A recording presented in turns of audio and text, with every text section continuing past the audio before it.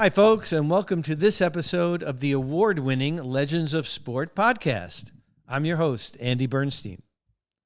This week's episode is another in a series of collaborations we did with the revived Sport Magazine and PlayersTV. We took the show on the road to Giants opening day in San Francisco when they faced the New York Yankees. Sport created a wonderful commemorative magazine for the occasion, featuring vintage sport articles about both teams. It was a lot of fun reintroducing sport to a new generation of fans that day outside Oracle Park on a beautiful San Francisco day. Given that we were in San Francisco, there was no one better to interview about the history of sports in the Bay Area than my good friend, the legendary photographer Michael Zagaris. Z-Man welcomed us into his home, which was filled with his archive of over 60 years of covering baseball, football, basketball, and also rock and roll, politics, and activism, and so much more. Z-Man is beyond a legend. He's an institution. He's seen everything and has photographed everything of importance in the city he loves and continues to do so well into his 80s. His stories are endless, and so is his energy.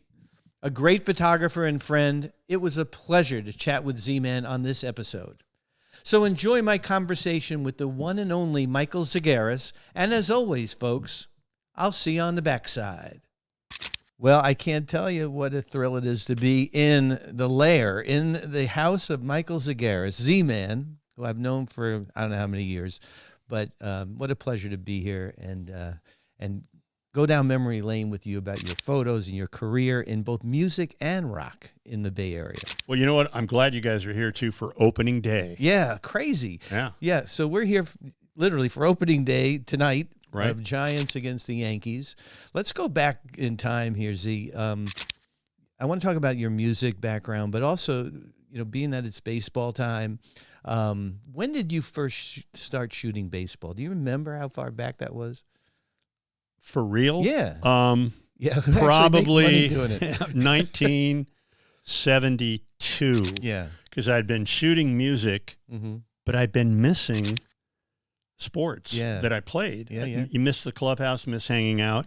And one of my best friends from high school was with Cincinnati Reds at the time. He was backing up Johnny Bench. Yeah. And they came to town. So he hooked me up with tickets, but I thought, tickets, I want to be in the dugout. Right. I want to be on the field.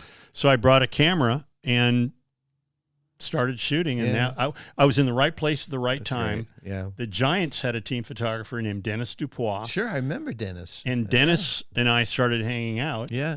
And I want to say assisting him. Yeah. I was just basically hanging out and taking pictures. And what I did, my approach was pretty much like rock and roll, photojournalism. I wanted to shoot behind the scenes. I wanted to get the clubhouse. I wanted to get the dugout. I wanted to take people into places ordinarily they'd never go. Yeah, I love that. And you're the master of that. All of us who came a little bit after you looked at your work, Neil's work, but to get on the inside and show what goes on behind the scenes, nobody did it better than you, and continue to do it at this level. It's incredible that I don't want to say at your age, but at your age that you're still doing it, man. It's great. It's so inspiring. Yeah. Well, a lot of it, I was in the right place at the right time, as so much of life is. Sure. And I was lucky that I was doing it where I was doing it, when I was doing it. You can't do that now anymore. No, that's true. But what came first? Did music come first or sports came first for you professionally? Professionally, probably,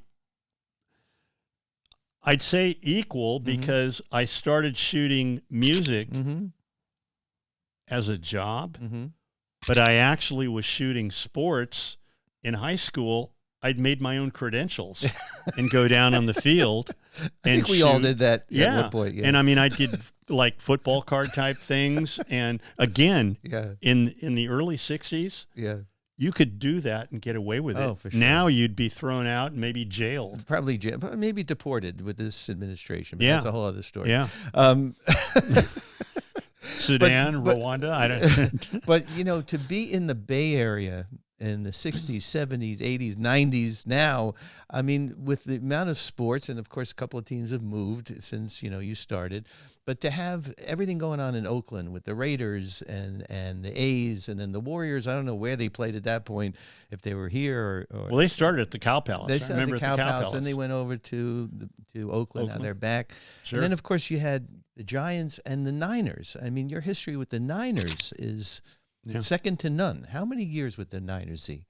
This coming season will be, I think, 53. Oh, I mean, I started in earnest working with and for them in 1973. Wow. But I had actually, I started going to games in 1954 and started running onto the field for chin straps in 55 and then making my own credentials in 61 and 62. So it's been, you know what? The time goes so fast. I mean, in some ways, it seems like yesterday. It's incredible, and you have a memory that is second to none.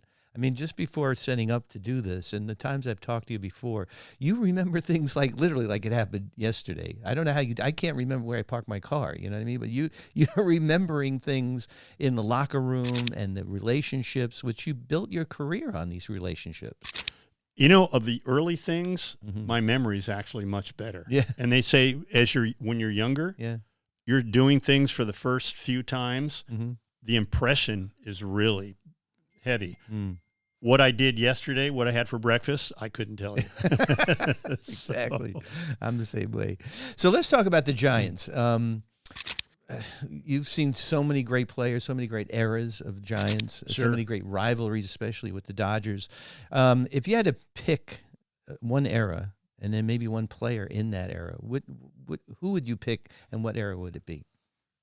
Again, for me, it would be the late 50s to mid 60s because you had those great teams with Mays, McCovey, Marichal, Jim Ray Hart. And again, I was younger. Yeah. And it was, I remember when the day they opened Candlestick Park. Yeah. I was a freshman at Bellarmine. They played St. Louis Cardinals. Yeah. You could sit in the bleachers, right field, 90 cents. Oh, come on. Yeah. Wow. And my brother and I used to go to most of the teams would stay at the Sheraton Palace Hotel. So we'd go to the Sheraton Palace Hotel and wait to get autographs. They'd come out of the Garden Court room and they'd sign. Yeah. Remember Willie and Tommy Davis took us up to their room. Willie Mays? No, this Dodgers. Willie and Tommy Davis. Okay, got it. With the Giants, yes. My favorite player at that point in time was Matty Alou. Oh, I remember him. The Alou brothers, of course. The Alou brothers, and we'd hang in right field for batting practice. My brother and I had a book on all the left-handed batters in the National League, and we knew how to play them in right field because they had the three bleachers, but we'd have our gloves. And one summer we got 48 home run balls. I love it. And you'd talk to players during batting practice. I remember the Dodgers, Frank Howard. Say, hey, Frank, how's it going? Yeah. Frank had come over to the fence. Well, my son, who's 7, has the flu. And it was great. It was just a different time. You were so comfortable around them, and they were so comfortable around you, and that's how you were able to get these amazing photos. And I'm looking photos here, and we're going to obviously put them in the podcast, but in the locker room with Frank Sinatra and Willie Mays, and, of course, you would wander into the Dodgers with Tommy and whatever was going on with any team that was, and especially your Niners stuff. I mean, the behind-the-scenes stuff was just mind-blowing to me. And you know what? I looked at that as a young photographer. I said, I want to do that too. You know what? I got into this because first I wanted to be a musician. Really couldn't play anything. Yeah. And my plan at one point was to go to school, to play in the National Football League for 7 to 8 years, then run for Congress, run for Senate, then be president. You say that now, people go like, what? But at that point in time, anything was possible. Why not? Yeah. And I'd pursue it.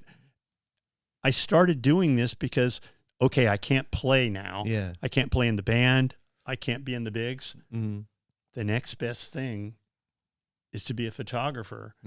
And the camera was my entree to that world. Yeah. And that's that was always paramount to me. And then you get the picture too. Yeah. But I wanted to shoot everything as if I were in the band or I was on the team. Yeah. And give people the feeling that they're on the team too. Yeah, so it's so interesting you say that, because I was kind of in the same boat. I loved sports growing up. I was always the shortest kid on the block, so I knew I'd never have any kind of career in any way, even in JV in high school. But I love photography. Sure. 14, I was exposed to photography. My dad got me a camera, so why not marry the two passions together and make a career out of it, be around, the great teams and the great sports that I love so much. So you're kind of the Ron Sayer, the Jose Altuve, is what you're telling me of photography. Thank you. I appreciate that. So you mentioned Candlestick Park, and to say that it was an adventure, working in Candlestick Park would be probably would be taking it a little too seriously, because Candlestick was so difficult to work in. I mean, even to get to Candlestick was difficult. I remember humping equipment over the hill from the parking and the whole thing, and you'd get in there and you'd freeze to death in the summer. Oh, yeah. I remember sitting in the right field bleachers. Yeah. The wind blew out to right. Yeah. And it was polar. I mean, sometimes the wind blew so hard, you couldn't see because your eyes were watering. Yeah. Your cheeks would be like one of those things. And that's during baseball season. That's not even during football season, when you're out there in, November, December, and maybe it's a late game and all that stuff. Well, when the Dodgers would come in, it would be, the first time they'd come in would be in May. Yeah. And the Friday night game in May, fog had come in. It would be cold as hell. And I remember my brother and I, we had enough to get in, 90 cents, but for nothing else. And we'd be freezing about the 6th or 7th inning. So they had a mustard, they had a little thing past the foul pole, and they had a big mustard jar like they do in high school. Yeah. We'd look around and we'd dip our hand in the mustard jar and we'd lick the mustard to keep warm. I thought you said you were going to burn it. No, well, and so there were the kids, it's Hunter's Point, kids from the project. These kids about 6, 7 years old is, oh, man, what you doing, licking mustard? I said, hey, we're licking mustard to keep warm. That shit will keep you warm? I said, oh, yeah. And so the next inning, 3 kids went over. One kid about 7 or 8 years old puts his little brother up, who's about 5, put their hand in the mustard jar. Yeah. This is 1959. Yeah. 1960. Warming yourself with mustard. That I've never heard that before. Yeah. So tonight, this will already have aired, but tonight is opening night. Yeah. Giants are playing the Yankees, which, back in the day, we didn't see, interleague play until World Series, right? Sure. Now it's like a given that they're playing each other throughout the year. Yep. I find it kind of interesting that the parallel that Aaron Judge is on the Yankees, the star of the Yankees. Sure. Grew up in the Bay Area. If you go back to the beginning of Sport Magazine's history, Joe DiMaggio, Yankee, was on the very first cover of Sport Magazine, and he was a Bay Area kid. Sure. Right? I mean, I know it might be a little bit of a stretch, but did you ever have any interaction with DiMaggio? I know it was before your time, but he lived out here after he retired. I saw DiMaggio, I don't want to say a lot, but a lot, because he would always come to Candlestick for all-star games when the Giants were in the World Series. But remember, he was one of the initial coaches for the Athletics. Oh, yeah, I didn't know that. Yeah, okay. Yeah. In fact, Steve Vucinich, who was the A's clubhouse guy forever, Vuce started, he was I think, sophomore or junior in high school at St. Elizabeth's in Oakland. He had worked for 2 weeks in the parking lot, and he happened to be in the clubhouse one day, and DiMaggio was there. Started talking to him. Yeah. He said, yeah, I'm working in the parking lot. And he goes, where are you going to high school, kid? He said, St. Elizabeth's. So he told the head clubhouse guy, he said, hey, this guy's a Catholic. Give him a job in the clubhouse. That's how Bruce started. I love it. It's hilarious. Well, we're celebrating this year's the 80th anniversary of Sport Magazine, which is unbelievable. And we at Legends of Sport are celebrating that. I had a bunch of covers of Sport Magazine. You had covers of Sport Magazine. It's so great to see one of the icons come back, especially that we had contributed to. Sure. You did a shoot for the cover with Will Clark, right. I remembered, and we'll show that on the podcast. Do you remember anything about, well, first of all, about Will, but about that particular shoot that day? Because there were a couple of production stills that I found of that. I remember, I think it was Randy Strand was the photo editor. Yes, Randy, of course. And Randy set it up, and we shot it in spring training in Arizona at the Giants facility. And I think it was Will's third, fourth year. Yeah. And I knew Will pretty well because Dennis was still the photographer for the Giants, and they had a great, I'm with the Athletics. Yeah. We have this great rivalry, and we'd go back and forth all the time. Yeah. And, Will was a red ass. Yeah, I was going to say, he wasn't a very approachable guy, as I remember. When he would come to the Dodger Stadium, I kind of didn't get too close to him. Yeah. He and Barry Bonds, I kind of kept my distance from. Well, that Barry's a whole other movie. But, Will, like a lot of guys, if you interact with him, and he's giving you shit and you give him shit back, it's fine. It's just like in high school. If you let the schoolyard bully take your lunch money, you're going to be giving it up every day. Right. If you go back and forth, you'll end up being best friends. Yeah. And Will was kind of like that. He was a real competitor. If he played for the other team, you might have hated him. Yeah. If he was on your team, you loved him. Yeah. And that's how Will was. Yeah, they were great. It was Will Clark, Kevin Mitchell. Yep. Who was the other guy? The big three. They had Robbie Thompson. They had Matt Williams. Matty. Yeah, I did a shoot with the three of those guys for Costacos Brothers for a poster. Oh, sure. Where they were like superheroes, dressed up, also at spring training. Right. And Will was late for that shoot, by the way. We almost had to bag it, but he finally showed up, and we did the shoot. Will and Ricky. Yeah. Never on time. Ricky Henderson, of course. Tell me about your relationship with him, because he seemed like a character to me.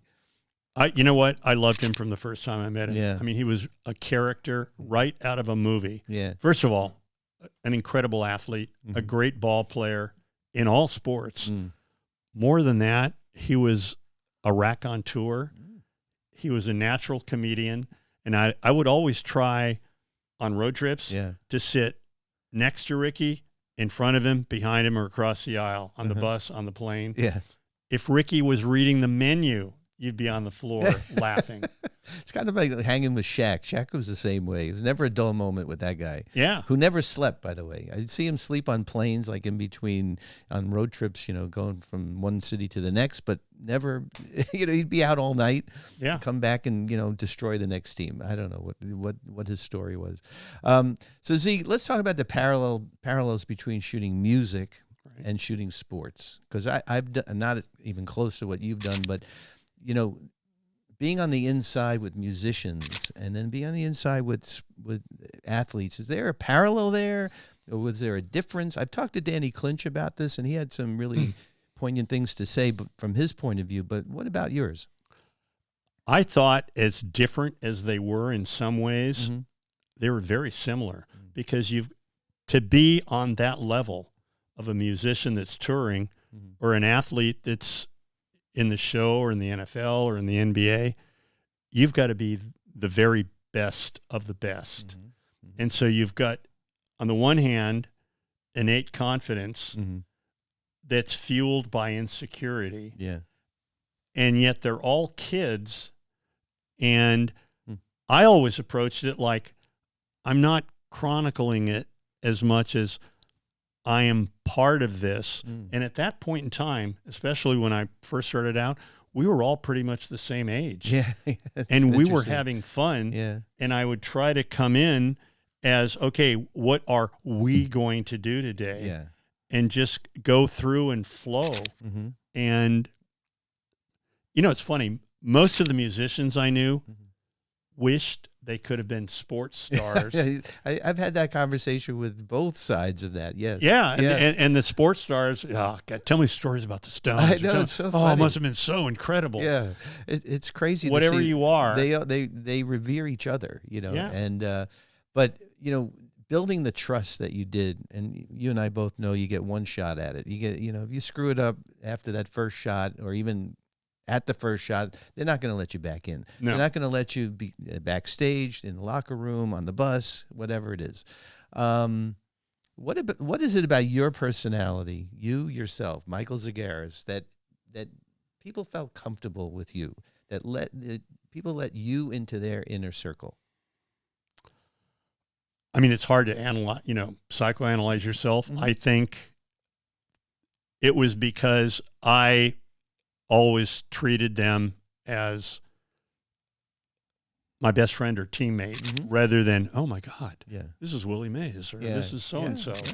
And it was like that. Mm-hmm. And we told the same jokes and the same stories. Mm-hmm. And I won't say I was never in awe, but for the most part, I wasn't. Mm-hmm. I saw them as people. Mm-hmm. And And they picked up on that. I'm yeah, sure. and we were in the same. Now, that being said, Yeah. as you know, Yeah. they're like anybody else. And you take a team, there are probably 2 or 3 guys that you're really tight with, Mm-hmm. and other guys you get along with, and a few guys you don't have much in common with. You Yeah. don't say anything. There might be 1 or 2 guys where it's like, get the fuck away from me. Vice versa. Yes, It's like you don't. I've been in that situation too, and also around managers and GMs and presidents of the team, and you just have to know you have to have a sixth sense. I Yeah. always talked about Phil Jackson's eyebrow, because when I was in the locker room or the trading room, and the Bulls or Lakers, and Phil would come in, and we had a great relationship, but I always knew when that right eyebrow went up, and he didn't even have to look at me, that was my time. I got to get out. That was like, Andy, get out. I don't want to yell at you in front of everybody. You probably had a sixth sense too, because you worked around some characters in your time, for sure. Sure. Yeah. And there were times even like with good friends, Yeah. guys will yell. Yeah. And, they're in a slump. The team isn't doing well. Yeah. The whole thing. You got to navigate, but you're trying to do your job, obviously. I keep looking at this picture over here of Frank Sinatra in the locker room, in the Giants locker room, with Joe Altobelli, who was the manager at the time. And I remember Frank many times in the locker room at Dodger Stadium with Tommy. And you wouldn't even know there was a baseball game going to happen, because there was an Italian feast in front. Did you ever have any interactions with Frank? What was he like? I didn't see him the Yeah. way you saw him. Yeah. He came sporadically. Okay. And I knew it was, you talk about you're not in awe of anybody. Yeah. I knew it was Frank Sinatra. Mm-hmm. So I hung back. Yeah. I took pictures. I listened. And Frank always had an entourage. He Yeah. had Jilly and a Yes. few other people. Right. And when he'd walk in, everybody would kind of gravitate toward him. Yeah. Yeah. And everybody wanted their picture taken with him, or they wanted to hang with him or Right. listen. So I basically just shot and listened. Mm-hmm. Yeah, it had such a presence. It's kind of the opposite of Muhammad Ali, because when Ali came in, everybody would just kind of just go to the side, and there was such, reverence for him. And the guys, even if they were about to go in the shower, they just stood there because they wanted to just be in his presence, But Frank seemed a little bit more approachable to me. Yeah. Yeah, that's amazing. Did you know Howard Bingham, Ali's photographer, who was his best friend, who was with him all the time? I met him Yeah, once, what a but great guy. didn't really know him. Yeah. Yeah. He was, and he would come in and he would come. They'd come to a Laker game, and he'd come over to me at halftime and said, "Do you think any of the guys would want a picture with the champ after the game?" I'm like, "What kind of question is that?" Everybody. I want a picture with the champ. Can I give you my camera? See, you're amazing, man. And I got to tell you, I can't even believe that after this you're going to go to the ballpark and actually shoot the game. I don't even want to know what year opening day this is for you. It's got to be year 60 something, right? I can't even remember. I don't know. I'm not. I love it, man. Last thing I want to ask you about was Barry Bonds' streak. His historic, breaking the all-time baseball home run record. You were part of that. Did you follow him on the road, or you shot it here? I'm going to be honest with you. Yeah. I shot it the way I'd shoot anything else. Mm-hmm. I'd been around Barry from about the time he was 9. Mm-hmm. I thought Barry was probably one of the 2 or 3 best players that's ever played the game in any era, if I had a vote for the Hall of Fame, I would vote him in first ballot without a doubt and would not go to the party. As a person, never a big fan. Yeah. He almost killed me once. I don't think I ever told you this story. I was working for the Dodgers, and it was, it was a day. It was, I think it was a day game, and I remember the batting cage was set up. I'm remembering this as we're talking, and he's at the back of the batting cage, watching the guys, hit, talking to Darryl Strawberry, and I'm the Dodgers team photographer. So I go creeping up with my wide angle lens, and some caught him by corner of his eye. He saw me, and he wheeled around with the bat and came within like a millimeter of hitting me in the head. And then Darryl's like, "No, he's okay, man. He's our guy." He's like, and he goes, "Don't creep on me like that, man." I'm like, "Okay, I know better." That was Barry, and he loved being the bad guy. Then, right? If you ran into him now, no, I have seen him since he retired. Like, I've seen him at games. Hey, Andy, how's it? Sure. And it's like, bro, no, it doesn't work for me. Yeah, no, I'm with you, man. So Z, I'm a big Bruce Springsteen fan, as you know. Sure. Bruce said he's going to play until the wheels fall off. He's 76. Right. Are you going to keep shooting, man, until just like the last frame is taken, or what's going to happen? I don't think about it. Yeah. Although I don't have quite the energy physically to do a full season in baseball. I mean, as far as wanting to be there every night. Yeah. Football, I still do, but I can tell now. Yeah. The morning after a game in Green Bay where it's 5 below, it's hard to get out of bed. And I feel like I used to feel in college the day after a game, where you feel like, you've gotten hit 15 or 20 times. Yeah, I see you on the sidelines. I'm watching a game on my couch, and then I'm watching a Niners game, and there's Z in the bench, running with the guys as they go off at halftime, whatever. And I say to my wife, I said, "You see this guy? I could not do that. I'm a little bit younger than you." So. You know what? It keeps me young, both physically and mentally, because you're with your guys. Right. Now most of them are 4, 5, 6 generations. Yeah, that's crazy. Older, or I'm older, but I still feel I'm with them and part of them. And I think it's your spirit, and that's what keeps you going. Yeah, no, that's great. Your spirit is great. And one more thing I want to ask you. So we're seeing Ken Griffey Jr. and Randy Johnson have become really good photographers. I mean, it's not like a hobby. No. These guys are taking it seriously. And it warms my heart to see that. There's a couple of guys in the NBA that I talk to every once in a while, give them a few pointers here and there. Do these guys ever come up to you and ask you for some advice or on equipment or how to shoot or some, pick your brain about your experience?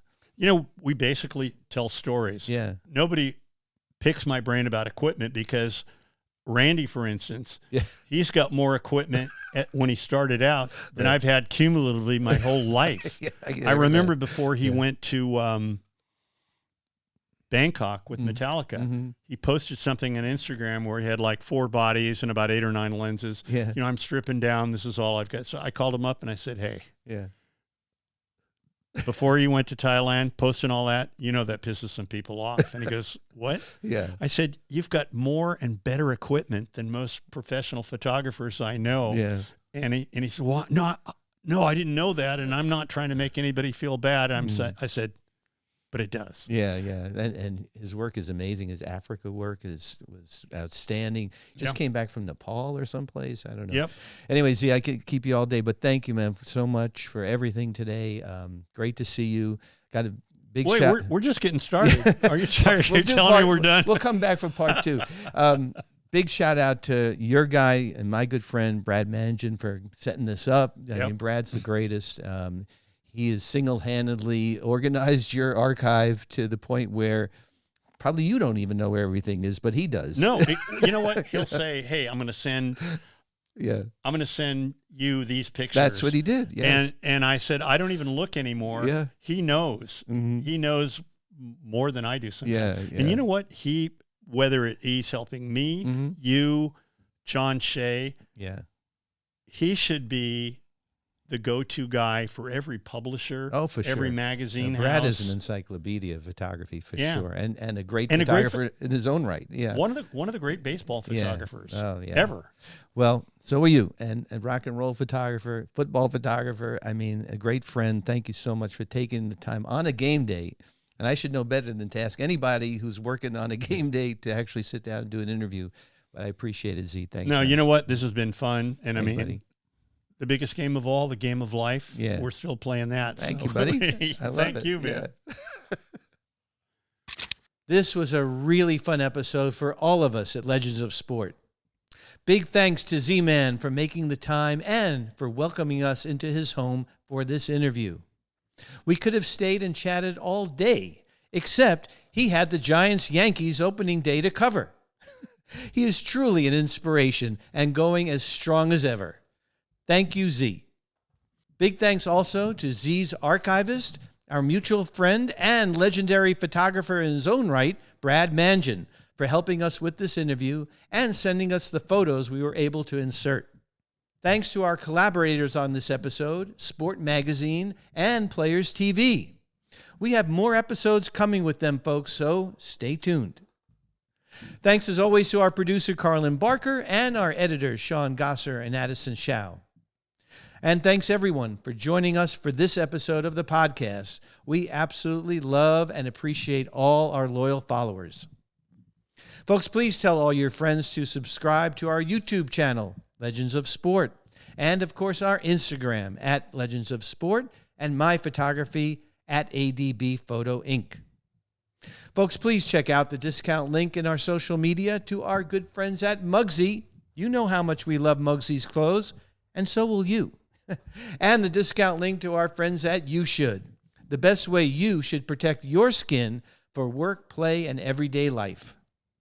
Thanks again, folks. We'll be back next week with another great episode of the Legends of Sport podcast.